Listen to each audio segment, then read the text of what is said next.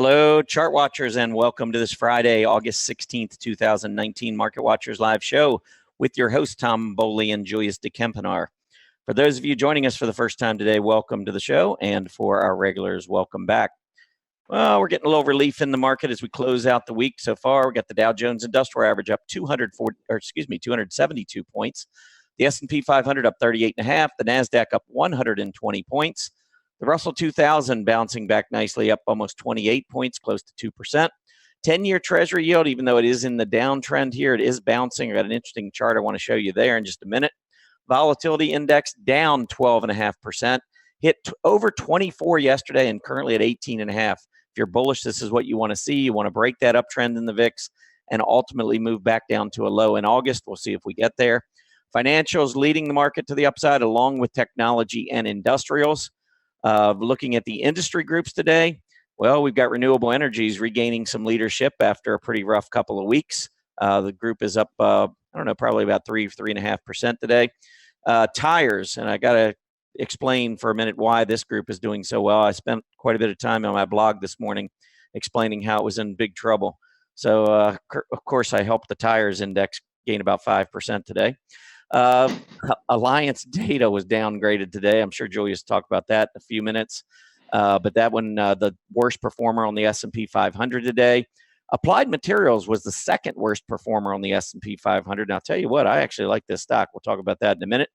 NVIDIA came out with its earnings. Finally, a little bit of good news. This one's actually outperforming Applied Materials, but I think they're going to head in different directions. Deere came out with bad results, lowered guidance, and I think it's just a little bit of a relief rally here. It is quite a bit off its earlier high, but it is still up almost $4 today. All right, first, Julius, I do want to say thank you for subbing for Aaron and Mary Ellen this week. So it's been a pleasure having you on here. Hey, it's my pleasure joining you, Tom. It's always good fun.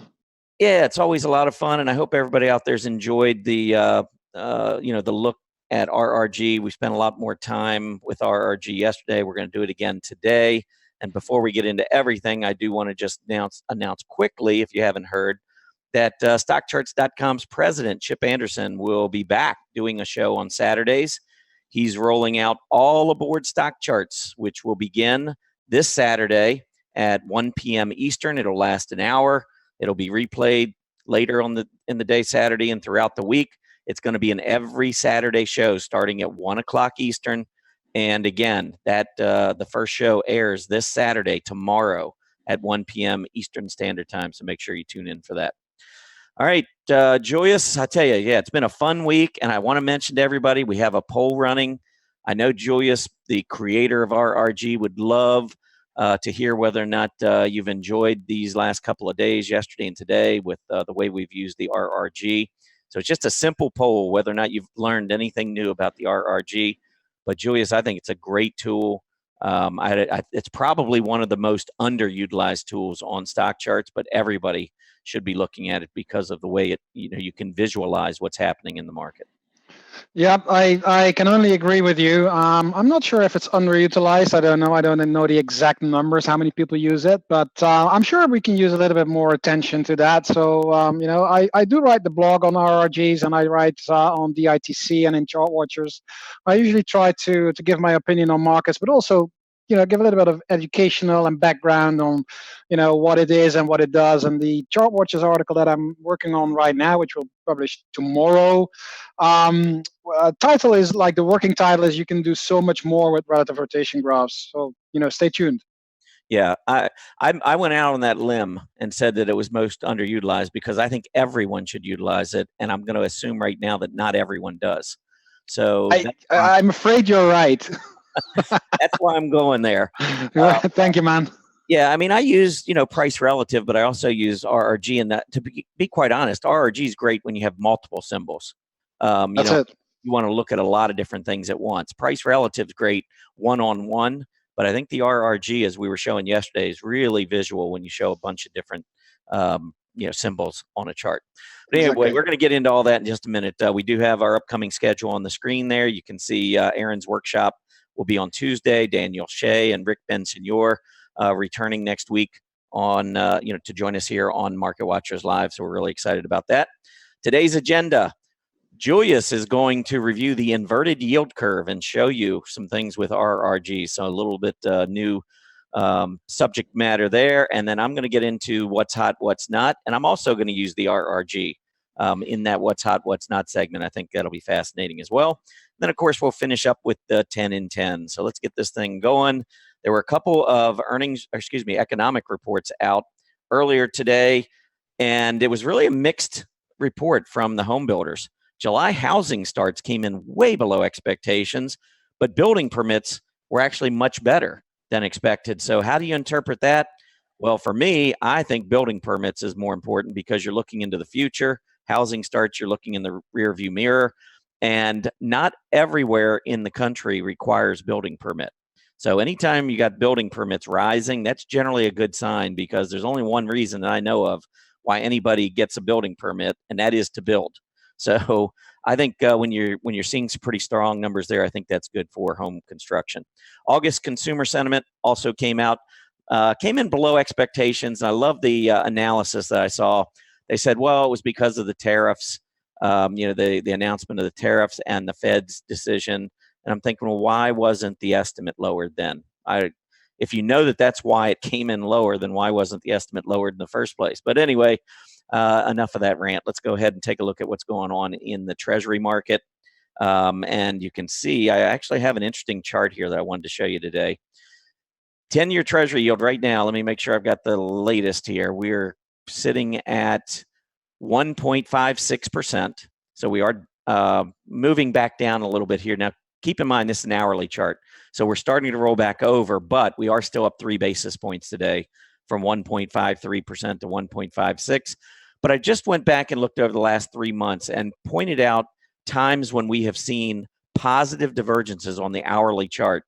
And it doesn't mean that we're going to reverse back to the upside and just start a whole new long-term uptrend in the 10-year Treasury yield. But what it does typically mean is that we're going to have a period of consolidation, maybe a short-term uptrend, and then go back lower. Back in June, beginning of June, you can see that we had this a positive divergence, lower 10-year Treasury yield, higher PPO. Same thing later in June. And both of those, we saw a little bit of a run back to the upside, at least to the 50-hour SMA before we rolled back over. So that's why I've got these arrows here. I'm thinking that this could lead to maybe a little bit more strength in the yield, meaning money rotating away from treasuries. And if that's the case, it could help us maybe fuel a little bit more of a rally in the market in the near term. We'll see whether or not that's the case.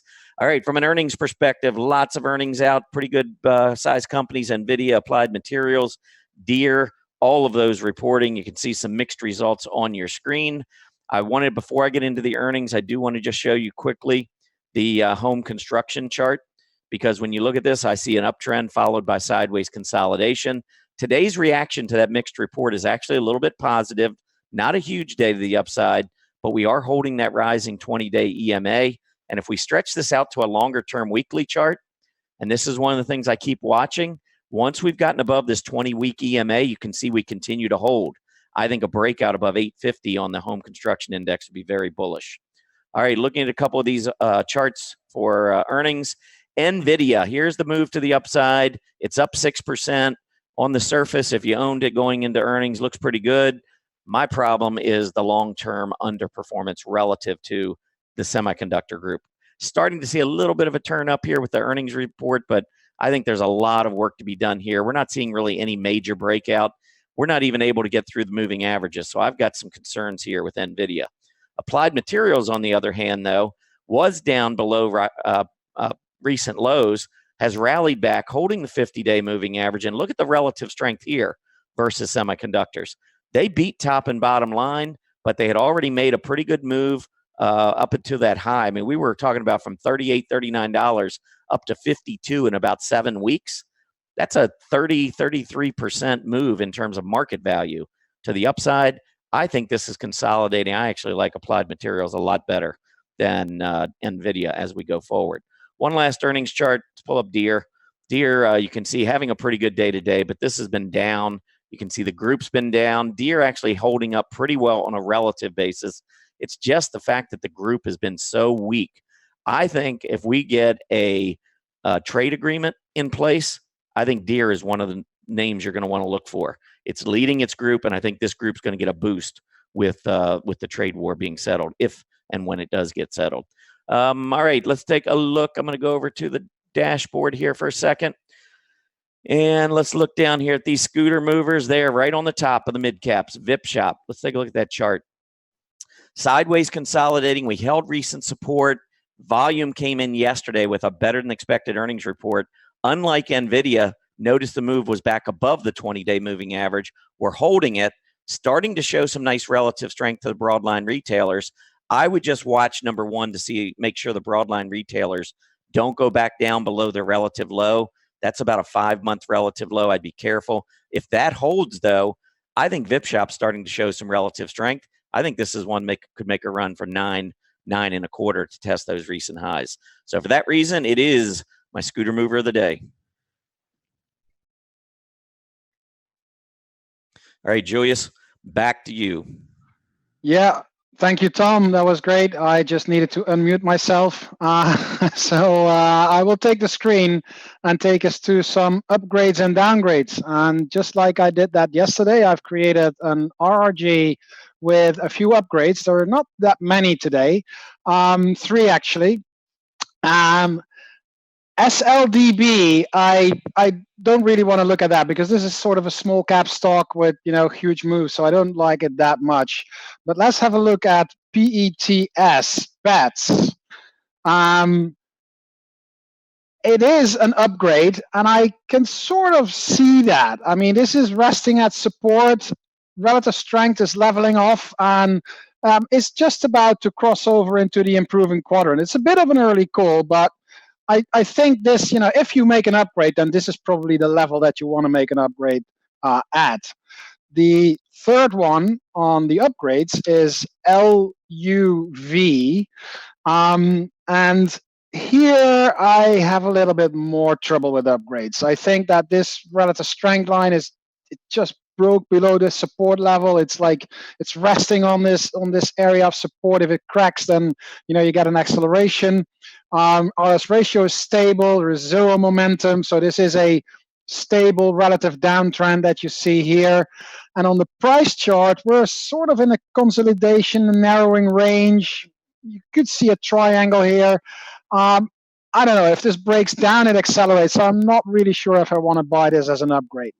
Anyway, this was for the upgrade. So we go to the downgrades now for the 16. That's this one. It loads up, and you can see that I've saved those RRGs as bookmarks. I showed you that yesterday. There's a few more here, and let's quickly get over a few of those. ADS rotating nicely into the improving quadrant. If I look at that here, then I don't know if you want to downgrade this. It's pretty late for a downgrade, I mean, we have had all this move down. It's sort of coming to a rest here. Relative strength leveling off. You see momentum improving, so we could be forming a bottom here. So I'll keep an eye on this from a buyer's perspective. I'm not sure if I want to buy it right here, but for a downgrade, I don't think that's fair. TPR is the other one that I had on there. And yeah, I think I agree with the downgrade. I mean, this is like really breaking every support level out there. Just don't even touch it. And if you look at it on the RRG, it's just rotating back to the lagging quadrant, one of the weakest signals that we can have at all on an RRG. And Tom, you just spoke about AMAT, Applied Materials, and that's a downgrade, but look at it on how it looks on the RRG. This is like, if this is weak, then this is strong. We're rotating from weakening into leading, continuing at a strong heading. Our relative strength in a nice uptrend being picked up here. And, quite frankly, this trend on the price chart doesn't look bad either. I mean, we're just broke out above 45, testing that old resistance level as support right now. I think I like Applied Materials, and I do not agree with the downgrade. And let's go one more here, TRUP, because that Mogo thing, that big move, is also a very small cap stock that I don't trust really. TRUP, I do agree with the downgrade because this just broke above below this support level. Relative strength is breaking to new lows, and on the RRG, we're about to head into the lagging quadrant while we are in weakening. So TRUP, Trupanion, I agree with the downgrade. So we can now talk about a lot of stuff that pretty much the whole world seems to be talking about, and that's the yield curve. And it's quite funny because I have the idea that some people, market commentators, journalists, whatever, they have set some sort of an alarm when the yield curve goes inverted. And by the way, when I talk about a yield curve going inverted, I am talking about the 10 to 2 years. And that is, a lot of people are talking about 10 years or 3 months, but for me, the yield curve is 10 to 2 years, 10-year yields minus 2-year yields. Am I still sharing my screen? Actually, no. I think you need to take that again. I'm sorry, Julius. Yeah, no worries. I can do that. Just bring it all back. So I want to bring that yield curve stuff into RRG, and you can actually analyze the transformations on the yield curve using RRG. And what I've done here, and it's actually I've saved it here, and I'm going to make it a predefined group because I think it's a pretty important chart. The only thing that you need to be aware of when you look at the yield curve and put it on an RRG is that you need to use total return indexes, or in this case, as you can see, a number of ETFs. And iShares, and here for the short term is Barclays, they have ETFs out there that cover the various segments of the yield curve. Here you can see the ticker symbols. You simply type them into the symbols box, and you can set a benchmark. And you can set it anything you like. You can set it even like the S&P. I don't think that makes a lot of sense because you don't want to compare these with the S&P, or at least not in this format. But what I've done as the benchmark is IEI, and IEI is the 3 to 7 year Treasury bond ETF. That's kind of the middle of the yield curve. And what you can see here is the rotation of these ETFs. And if we bring that here, max it out, and you can see, here you can see the longer end, like TLT, that's 20 plus years, that's the long end, and TLH is 10 to 20 years, and then IEF, obviously everybody knows that one, that's the 10-year bond, is in lagging and turning up. Now, if they are in lagging, it means that their prices are going down and that the yields are going up. So in this period here, that's October 19, yields have been going up, prices have been going down. And that's changing here when you see that the long end is going up, is picking up. Prices of these long bonds going up means yields are going down, and the shorter end, you see Shy and Bill going down. So on a relative term, the longer end is performing better than the shorter end. And that means a flattening of the yield curve, because the longer end is coming down in yield and the shorter end is going up in yield. And by the way, this is a good moment to bring in another probably even more underutilized tool than RRG, and that's the dynamic yield curve tool. And you'll find that all the way down in your, if you go to the dashboard and charting tools, you'll find that just below RRG charts, dynamic yield curve. And that is the actual chart of the yield curve. And it shows you the various segments, and these are actually yields, so don't confuse them with the ETFs on the left side of the screen. These are the actual yields, and you can actually see where we are. This is actual at the moment. I need to scroll a little bit here. Okay, there you go. So if you hover, if you click that show info, you will see 10-year yields at yesterday's close at 1.52%. And 2 years is at 1.48. So it's still a positive, a non-inverted yield curve of 4 basis points.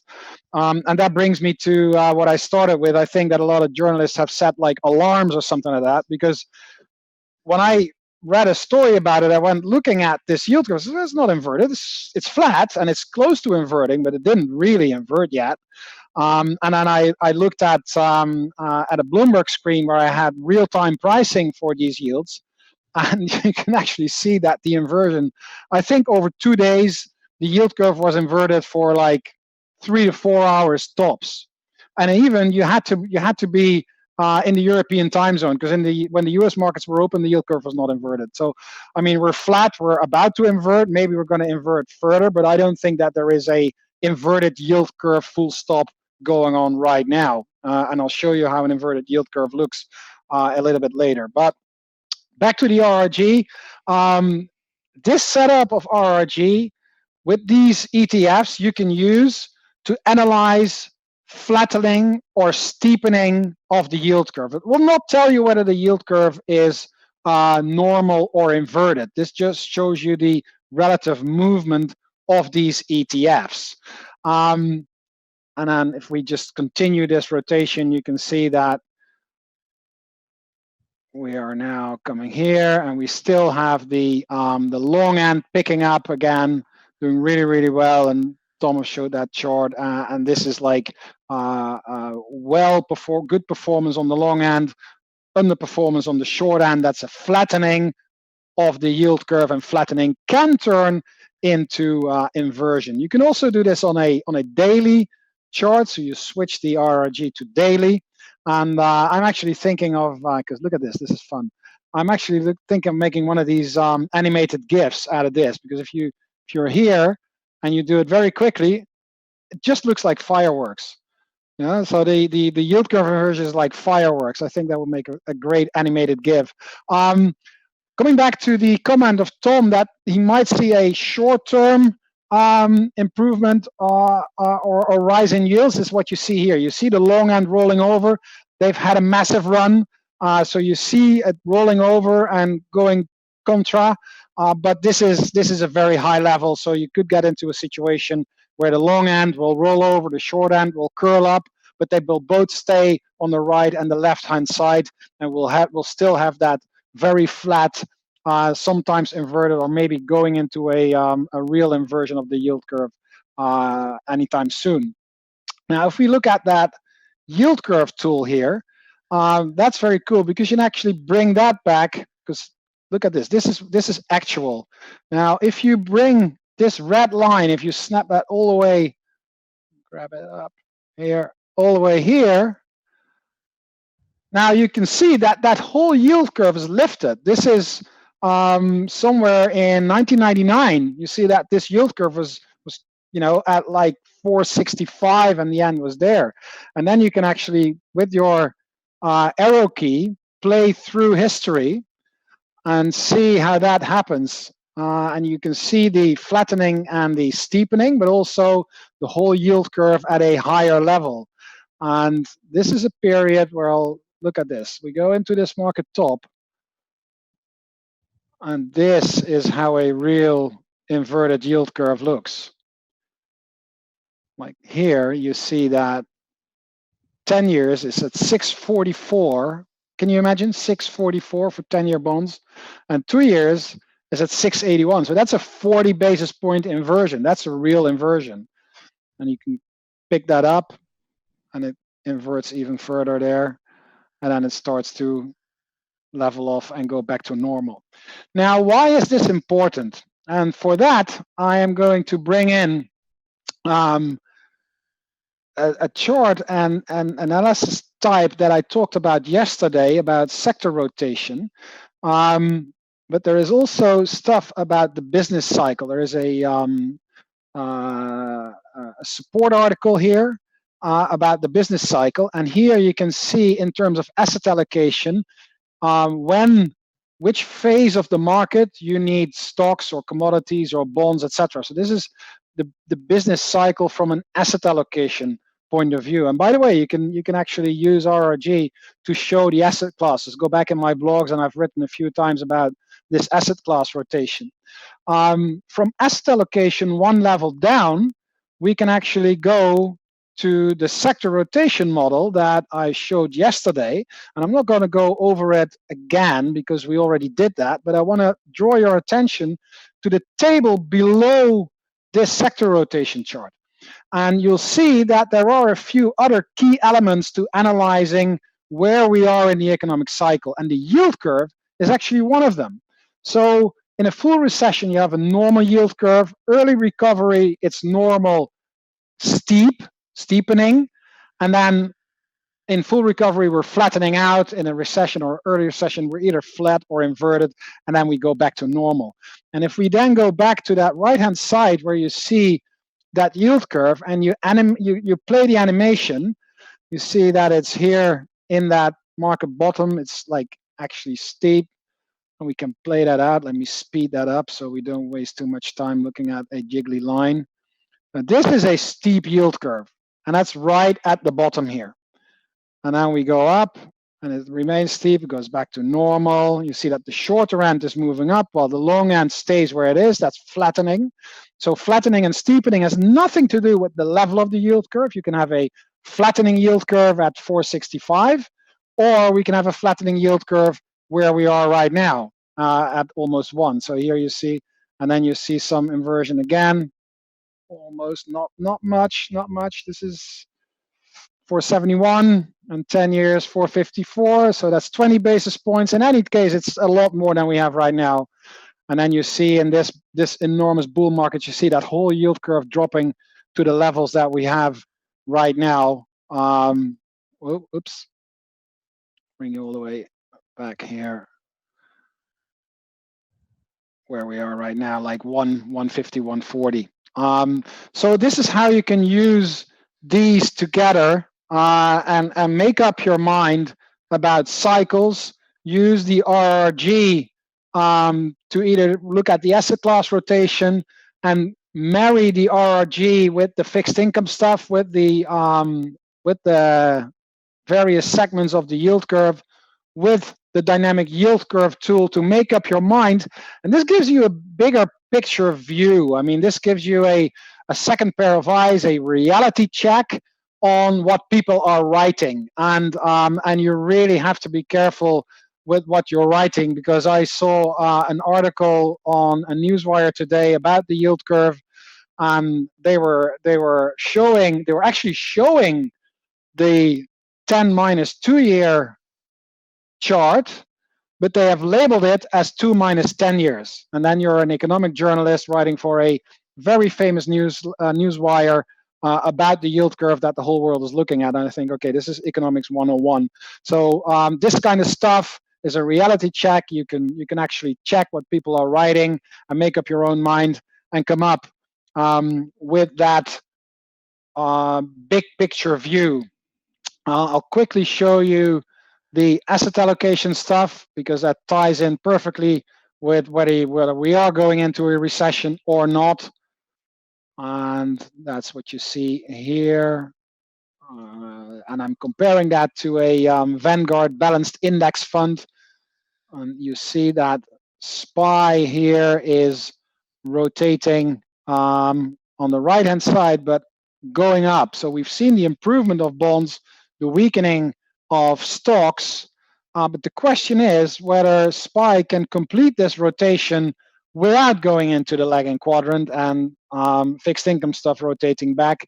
Obviously, when I do this on the daily chart, you will see a much stronger rotation for fixed income like IEF and SPY there. If I just make this a very simple IEF SPY rotation, then you will see very clearly the preference for bonds over stocks, let's say since the start of July, which is like right before we started dropping, and then it amplified during the drop, and we'll have to see how this continues.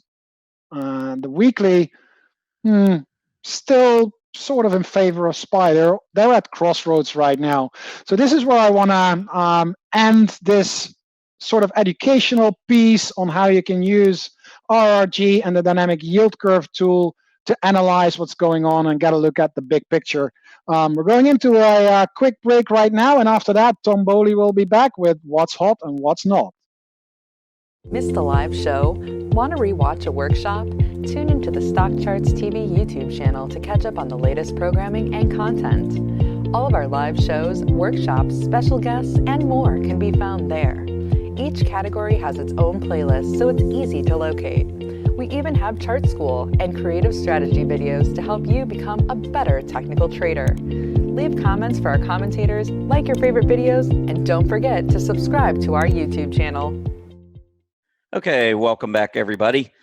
Well, first, Julius, that was a great presentation. It's always great to find different ways to use the tools here at StockCharts, and RRG certainly one of the fascinating ones here. I'm going to do things just a little bit different. We're going to get into the what's hot, what's not. Of course, normally Mary Ellen and I do that. We bring up charts, and I'll still bring some charts up. But I thought maybe what we could do is just show visually what we've been talking about with RRG. So show the sector movements, and the way that they have performed relative to the S&P, and then we'll get into some individual stocks within areas that are hot, not hot. So, and I'm going to throw some questions at you, Julius, so be prepared. He didn't know that was coming. All right, as far No, I did not. That's right, you gotta watch. All right, so what I do when I'm looking to see, okay, what's hot, what's not, it's very simple. If you go into your dashboard and go over here under the member tools and just scroll down to sector summary, click on it, and notice the default is intraday. Switch that to 1 week. Just like that, it'll tell you over the last week what's been hot, what's not. So there you have consumer staples, utilities, real estate, defensive groups. You look down at what's not hot, you've got energy and materials, but then you've also got financials, consumer discretionary, communication services, industrials, areas that are considered much more offensive or aggressive, like Julius talked about yesterday. And so that's really not what we want to see. Now, when the market is weak, that's what you generally see. I don't worry about it when the market's weak. When we're pulling back and defense leads, that's normal. What bothers me is when the market begins to rally and defense still leads, because that's telling me that the market participants are not really behind that rally. They're not willing to take risks on the move higher. And if they're not willing to take risks, generally I'm not either. I want to see that money rotate back into aggressive areas. So if you look here, you can see that the three areas, defensive areas, have been leading over the last week. And the way this looks on an RRG, and I went back and I just pulled these three groups up relative to the S&P 500. And I'm going to go back and show you that during an uptrend, these groups tend to underperform. Now, as we're getting close to this top, notice that they're starting to strengthen. And then as we reach the top, consumer staples actually on a relative basis is starting to lead. That's normally not what you want to see. And then when the market weakens, look what happens. The defensive groups just absolutely explode. Now look what happens on the first bounce. When we first start to go back up on the S&P 500, the defensive groups are still accelerating in terms of strength. I'm going to go back to the prior high back in April before we went into the weakness. So here you go. We're, market's moving up. And now as we're reaching a top, you can see consumer staples not doing too badly and utilities and real estate beginning to strengthen. Now look what happens when the market weakens. There go the defensive stocks. Now, do you see this little bounce right here in the middle there for the S&P 500? As I show that bounce, there's no momentum change in these defensive groups. They just keep going and leading. We get all the way to the bottom, and now at the bottom, we're starting to see them weaken again. See that? And then as the market starts to strengthen, defensive stocks go to the wayside. That's what you want to see in a market. Now, again, let's fast forward to where we were this past, or, really last few weeks. This was about the time the Fed came out. I'm not getting back into the Fed again. Let's just leave it at that. Fed announced. And, of course, we had the whole trade issue kind of resurface again. And as we dropped, here come those defensive groups charging back into the leading sector. But notice as we bounced, once again, there was no change. Defense continued to strengthen. Now, as we're getting back down yesterday to another low, they're starting to turn a little bit. And this is what I'm going to be watching here over the course of the next few days, because if we can get the S&P to break above the recent high, and you see these three groups continuing to rotate down into the weakening and then eventually in the lagging, that's a really good sign for the market. If, however, we see the S&P start moving higher and these groups stay over here in the leading area, that is going to be a little bit of a warning sign to me. Now, when I looked at the group or the stocks within these groups, so now here's the consumer staples. I'm using that as the benchmark now instead of the S&P 500. And I'm taking consumer staple stocks against the XLP. We already know the XLP's been strong. So where are the outliers? Where are the stocks that are really outperforming the XLP, which means they're killing the S&P 500? Well, again, as you go into the rally here, you can see most of them were starting to strengthen near the top, but they really kicked in here as the market started to weaken. And this past week, you can see all of these turning back up. And this is going to be a question I have now for Julius. So if you're looking at these stocks, Julius, know the XLP is outperforming the S&P 500. And you've got these stocks outperforming this week, the XLP. And you look at these based on the tails, based on their direction, where they're sitting.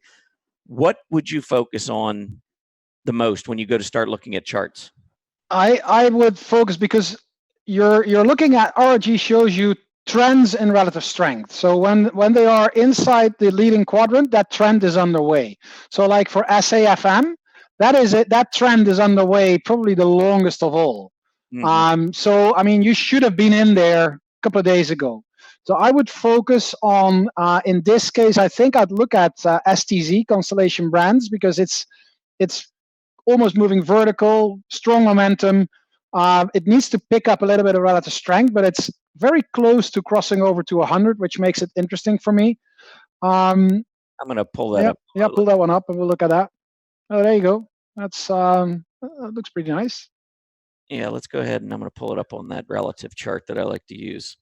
Yeah, I mean, it's consolidating, but it's definitely been showing strength while the market's been weak. So you can see why it's been picking up that momentum and starting to show a little bit more relative strength, because it is making this big move here. Do you use volume much in your analysis? I wish I could. The problem is that I just don't really, quote unquote, trust volume anymore with all these dark pools and ETNs and stuff like that. You know, people can trade millions and millions of shares on a dark pool and we won't even see it because the reported volume on exchanges is sort of unreliable. So I do love volume when it's trustworthy, but I have a lot of problems with volume data the last few years.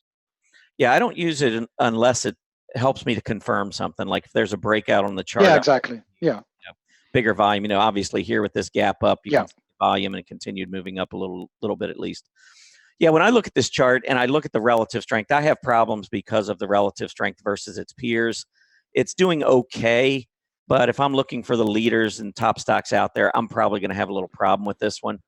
But I think, your point is very well taken. Well, be careful, because the one in your chart, if you go back to your chart, against the S&P, it's actually doing pretty good, and that's what you're looking at on the RRG. You had it against XLP, right? Yes. Yeah. So where's your XLP? So if you put it against XLP, it probably looks like the S&P. If you put this against an industry group, then you might see a different picture, because that benchmark is pretty crucial to the position of a stock on the RRG. And also, what you are looking at right now is what I call an open universe, which means that the stocks on the chart is only a subset of your benchmark, or maybe they don't even belong to your benchmark. In this case, I think they do belong to your benchmark, but that's a big difference, and it's pretty crucial in what you're looking at to make up your mind. So you have to be aware of what you're plotting on the RRG. Okay. Well, one of them I wanted to also focus on here was Brown-Forman, because it's in the same space. And here, when you look at this, so you got two different stocks. One is starting to build momentum, but hasn't yet shown that relative strength. Brown-Forman is showing both and just moving into leading. So would you find that maybe absolutely be a little bit more? Yeah, for sure. The previous one was more of a gamble. It's like assuming that it will rotate. This one is actually proving that it is. Yep. And this one, I think when you look at the chart, yeah, I think you can see a much better uptrend in play versus Constellation Brands. Now, we are right up against resistance. I don't like to buy right there.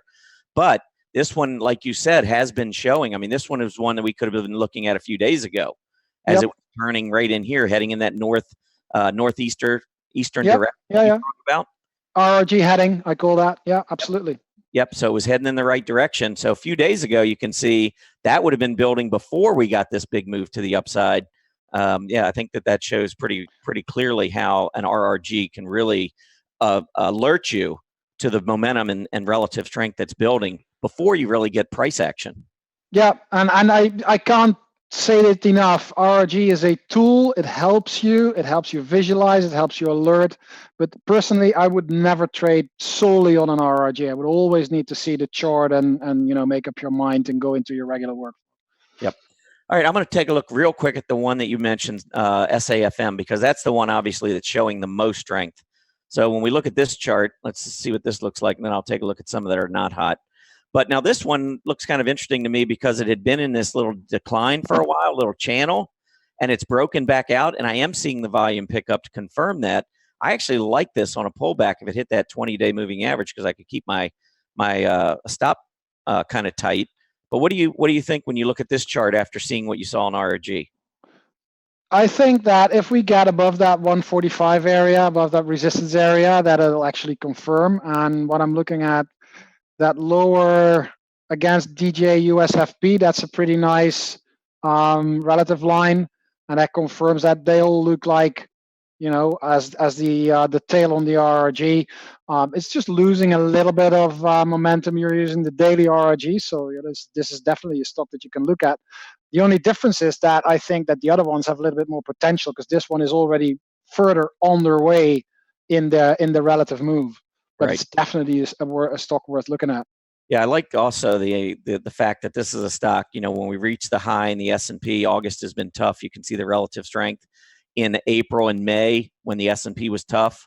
You can see the relative strength, and again in the fourth quarter of last year, we saw relative strength here. So if you're somebody that's really fearful about the market, and maybe you want to participate if the market's good, but not to a great extent, but maybe protect yourself a little bit, it would seem like SAFM might fit the bill there.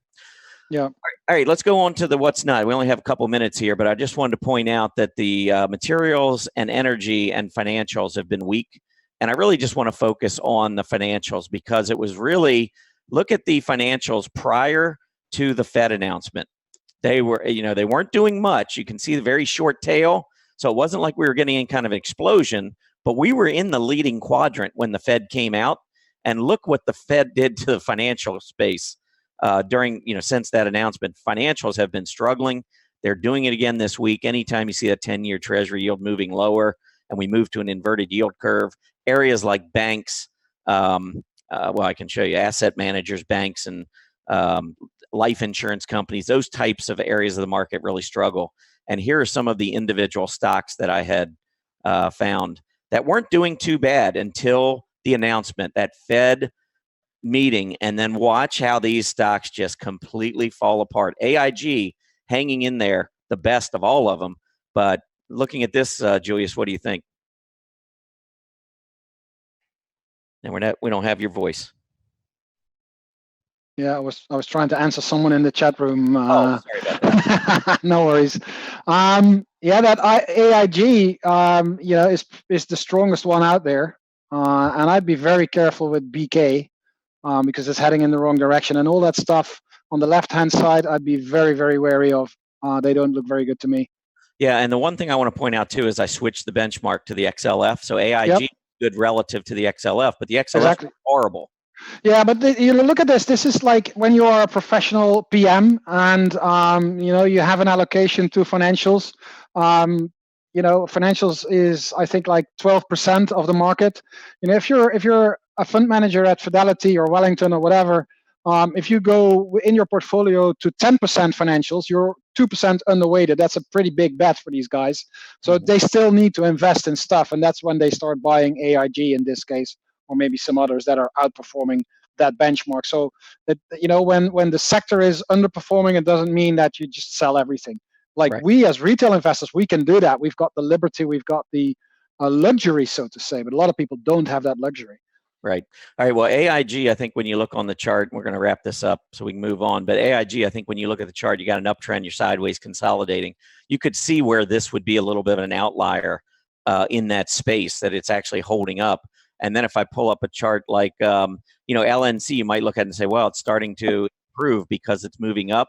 We got to realize where it is on the chart. I mean, Yeah. it could simply just be that the awful momentum is just slowing a little bit. So if we pull up LNC on the chart, I bet it's just like a little hiccup. look at this. I mean, there this you go. is just Yeah. a completely different chart. So Just we're a getting a little hiccup. bounce, but Yeah. I would say this doesn't look very healthy for sure. No, agree.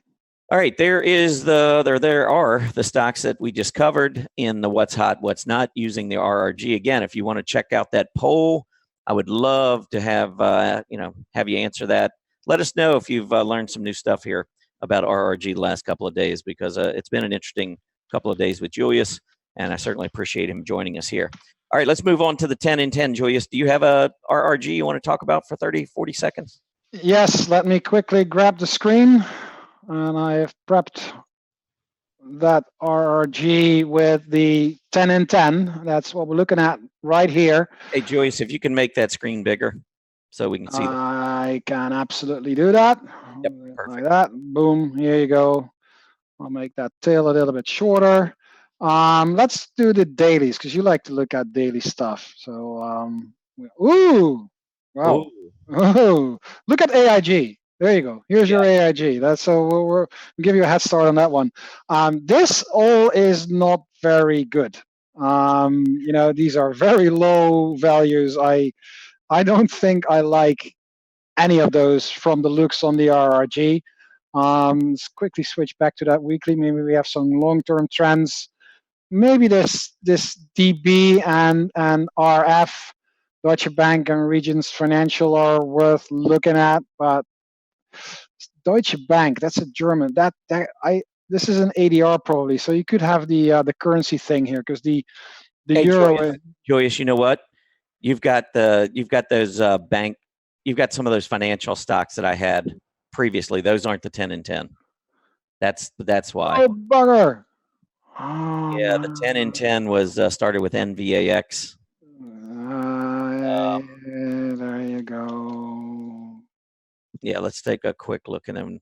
Yeah, sorry about that, guys. That's all right. Sorry about that, guys. All right. Oh, much better. NVAX, worth looking at, probably dangerous. Very low levels, but a hiccup. I wouldn't touch it. CVS, interesting. ENPH, interesting. Very sharp turn there. That looks good. This looks still pretty good. This looks interesting. It's turning and starting to head in the right direction. Don't touch it. Worth looking at. TTD, low velocity on the right-hand side, probably a stable trend. MTCH, well, kind of dangerous. This is interesting because it's probably starting to roll up like there. So that would be interesting to look at. Microsoft, be very careful, starting to lose momentum. This one, STZ, pretty dangerous, starts to deteriorate, and then we're there. So okay. I'm made up for my 30 seconds. Sorry about that.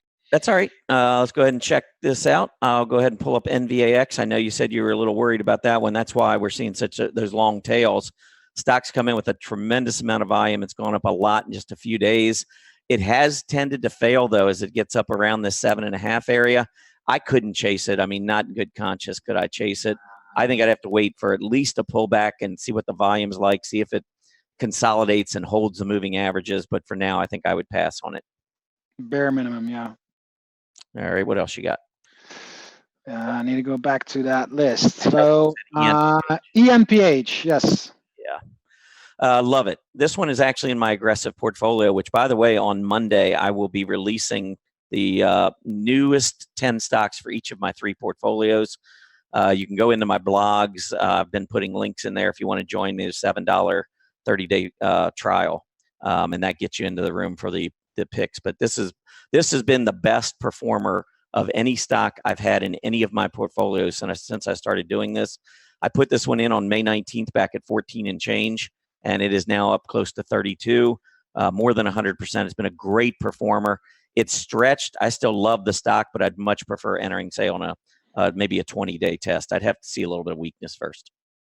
Okay, SPWR, SunPower is the next one. Yeah, another one that's in this renewable energy space, and of course, renewable energy bouncing back. This one is much more palatable to me because it has pulled back closer to support. I can manage my risk a little bit better on this one. So of the two, I like ENPH better, but I like SPWR better in terms of being able to manage my risk. So I think that probably right in here between 11 3/4 and about 12 1/2, I could build a position. If you lose gap support, I could always move back to the sidelines.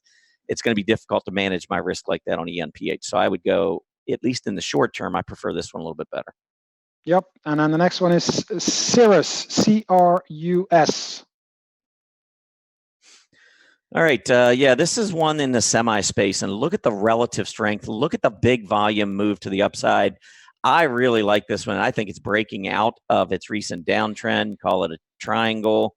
You can call it whatever you want, but I think that this is a stock that looks very good to me. I love this breakout here. And if you just kind of draw this line here, and maybe it's a little bit of a line here, but today it looks like it's breaking out of this consolidation zone. I think it looks good. I like CRUS. Super strong rotation as well. Novavax, NVAX. Well, that one I did first, so it must be a different. Oh, sorry, CVS Health Curve. All right, CVS. All right, CVS. This one is starting to show nice strength here versus the pharmas and versus the S&P. I think, and you can see the volume confirming these moves to the upside. I think that CVS has bottomed. I think that all of that consolidation really was good for this stock. The basing, a lot of people getting out, others getting in. And I think now we're actually looking pretty good to the upside. So I'd watch maybe that 20-day moving average in this gap support area, but I think that CVS has turned the corner and looks to me like it's going to go higher. RRG agrees. Trade Desk, TTD. All right, this one is pulled back recently, and I have to admit that on the pullback, I bought. So I don't like the action coming back down off of that earlier high today. In fact, I didn't even know it had. Last time I looked was 250, so now I'm not in nearly as good a mood as I was about an hour ago. But I do have a stop in play, and I had actually set a dollar stop of $7 off of the high, which was 252.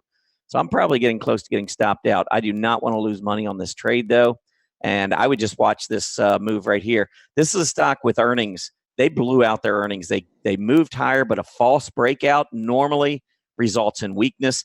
It came down to the 50-day. It came down to the recent lows. So I like the reward to risk, but it really needs to turn here. I don't like this, the reversal today. If it goes back down below yesterday's low, or today's low, I'd be really careful here. All righty. Next one up is Match Group, MTCH. Yeah, Match is in my aggressive portfolio, and it will be out of my aggressive portfolio on Monday. But who knows? Maybe it'll resurface when I go through and look at the charts. But this is exactly what I look for in a chart like this, or in any of these stocks that I like to own. I really like to see the price going up, the group going up, the relative strength to the group going up, the relative strength to the S&P going up, and the group relative to the S&P going up. That, to me, is just a perfect stock to own. Volume confirming. I think Match looks really good going forward. Cool. And then the next one is Yeti Holdings, YETI. All right, Yeti. See what, yeah, I mean, this one is, well, if you look at it on a relative basis, I think it's, starting to turn back down again. That gives me a little reason for pause. Also, the volume trends have picked up as it's broke down below this price support at 32. I'm not liking the way it's looking right now. So I personally would avoid it. I think, let me just show you the breakdown that I was talking about right there. You can kind of see how it moves up, pulls back, breaks out, pulls back, breaks out, pulls back, breaks out. This looks like a little bit more of a meaningful pullback. And once again, a false breakout before we see this move to the downside. As a short-term trader, you got to be on the lookout for those kinds of moves and false moves. Failing below the 20-day, we're getting that death cross now, the 20 below the 50. Seems to me like we want to make a move back down, maybe to challenge these recent lows. So I don't like it at this point. I'd have to see a little bit more strength back above the 20-day, or I'd wait and see if I get it closer to the next support level. Okay, then the next one is Microsoft, MSFT. All right. Mr. Softy, I know you were saying be a little careful. I think that this is one that it's in the software space, which has been strong. And look at Microsoft relative to the software. So even though software has been pulling back and Microsoft's been pulling back, it's not pulling back as much, which I think is pretty bullish signal. So I think as long as Microsoft remains, in these uptrends and relative uptrends, I think this is a really nice looking chart. I would be more concerned, I think, if we were to lose support down around 130. Otherwise, I'm okay with Microsoft at this point. Okay, and then I think we have one more to go. That's Constellation Brands, STZ. Yeah, this is one we've talked about a little bit already today, so I'll make it really quick. Yeah, I mean, we're up today. I think that, we're going sideways, consolidating sideways. I think probably the thing that would take me out of this, and probably if I was going to look in this area, I think I like that Brown Foreman a little bit better, the one we talked about earlier, because it's just a little bit more advanced in its move to the upside here. We still got a downtrend in play. And more importantly, relative to its peers, we still have a downtrend in play. I'm not seeing any kind of volume with this move to the upside. So I don't know that it's going to last. I'd be careful with this one. I like Brown Foreman better. That's very clear. And there we go. So that is our 10 in 10. Oh, Julius, we got a couple minutes left, but I tell you what, this has been a couple of fun days, lots of RRG for everybody, lots of relative strength talk, which just about everybody at StockCharts uses relative strength in some fashion. Of course, RRG is a very visual way. Yeah, that's true. Relative strength. Yeah, relative strength is all over the place. By the way, I've answered a few questions in the chat room. The one that always comes back is how do you split your screen? Guys, that is just a Windows functionality. It has nothing to do with StockCharts. Just open up your browser. On your PC, you hit the Windows key and then your left or your right arrow, and then the screen snaps to the left or the right and divides it in two. And you can, snap one left, one to the right, and then you got the side by side. Yep. Here is the poll. I do want to say I want to respond to a question as well, because someone was asking about this being my last show. Unless you know something I don't, this is not my last show. I am going to be here, continuing with MarketWatchers Live for the foreseeable future. There are going to be some changes coming up in a fall lineup, which StockCharts and I will be talking about later. But yeah, there's no changes at this point. So I just wanted to make sure everyone was clear on that. And even though I'm moving back to earnings beats, by the way, I'm still going to be doing my blog, Trading Places, Chart Watchers newsletter. I'm still going to be hosting a show of some sort, not quite clear exactly where that's going, but I'm not going anywhere. It's just maybe the amount, probably everybody getting a little sick of me anyway. But anyway. I don't think so, man. You're selling yourself short. Well, this is awesome, Julius, because I was hoping that this was the case. 79% indicated that, yes, they have learned something these last couple of days. So I'll give it to you for the last 20, 30 seconds. What do you think of that? That is very cool, and I hope that the last 20% is already up to speed with RRG and use it every day in their workflow, because that's what I'm looking for. I don't want to go into any person's way and into their workflow. I just want RRG to be one of the tools that they use to start with, and take the information from the RRG and bring it into their own workflow, whatever that is: short-term trading, long-term asset allocation, whatever. Yep. Just do as you used to. All right. I do want to mention very quickly, tomorrow, 1 p.m. Eastern, all aboard StockCharts with Chip Anderson. Get that on your schedule. Thanks to all of you for being with us. Please remember to complete the survey as you exit. As a quick reminder, MarketWatchers Live airs 5 days a week, Mondays through Fridays, from noon to 1 p.m. Eastern. Have a great Friday afternoon, everyone. Enjoy your weekend, and we'll see you back here on Monday. Happy trading.